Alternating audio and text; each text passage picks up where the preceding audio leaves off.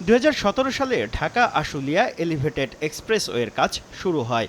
যোগাযোগ অবকাঠামোটির 80% কাজ শেষ হলেও দ্বিতীয়বার সংশোধনী এনে প্রায় 9.5 কোটি টাকার বরাদ্দ বাড়ল। এতে সেতু কর্তৃপক্ষের এই প্রকল্পটির সবশেষ ব্যয় দাঁড়ালো প্রায় 27,045 কোটি টাকা। বুধবার সকালে প্রধানমন্ত্রী তারেক রহমানের সভাপতিত্বে হয় বর্তমান সরকারের ষষ্ঠ এবং চলতি অর্থবছরের প্রথম জাতীয় অর্থনৈতিক পরিষদের নির্বাহী কমিটির এই সভা। 14,041 কোটি টাকা ব্যয়ে অনুমোদন পায় 8টি প্রকল্প। প্রায় 3.5 ঘণ্টা ব্যাপী এই বৈঠক শেষে তথ্য অধিদপ্তরে কথা বলেন পরিকল্পনা প্রতিমন্ত্রী জোনায়েদ সাকি। জানান, সভায় মোট 9টি প্রকল্প নিয়ে আলোচনা হয়েছে। বলেন, ডলারের দাম সমন্বয় সহ বেশ কিছু কারণে আশুলিয়া এক্সপ্রেসওয়ের নির্মাণ ব্যয় বেড়েছে।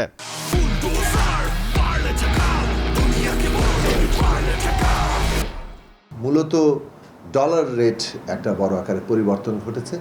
সেই ডলার রেট পরিবর্তনের কারণেই আবার কতগুলো ভ্যাট ট্যাক্স সহ বেশ কিছু পরিবর্তনের জায়গা আছে।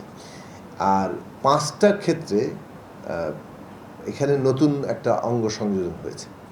তো সেই অঙ্গ সংযোজনের ফলে খরচের একটা বৃদ্ধি আছে, আর কিছু ইউটিলিটি লাইন স্থানান্তরের একটা খরচ বৃদ্ধি পেয়েছে। এদিকে বস্ত্র খাতের 2 সংগঠন বিটিএমএ ও বিজিএমইএ নেতাদের সঙ্গে আলাদা বৈঠক করেছেন প্রধানমন্ত্রী তারেক রহমান। বৈঠকে বস্ত্র খাতের সমস্যা সমাধানে অর্থ উপদেষ্টা ও বাণিজ্য মন্ত্রীর সমন্বয়ে আগামী সপ্তাহে কমিটি গঠনের নির্দেশ দিয়েছেন সরকার প্রধান।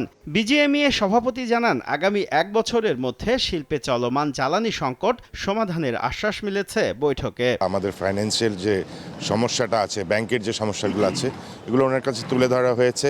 উনি উপলব্ধি করতে পেরেছেন, উনি পদক্ষেপও নিচ্ছেন এবং কি আগামী সপ্তাহে ফাইন্যান্স অ্যাডভাইজার সাহেব, কমার্স মিনিস্টার সবাইকে নিয়ে একটা দল করে দিয়েছেন। এটা কি আরও কিভাবে সুরা করা যায়। জ্বালানি নিয়ে আমরা কথা বলেছি। উনি বলেছেন যে আগামী 1 বছরের মধ্যে জ্বালানি ব্যবস্থার যে উন্নয়ন হচ্ছে সেটা দৃশ্যমান হবে।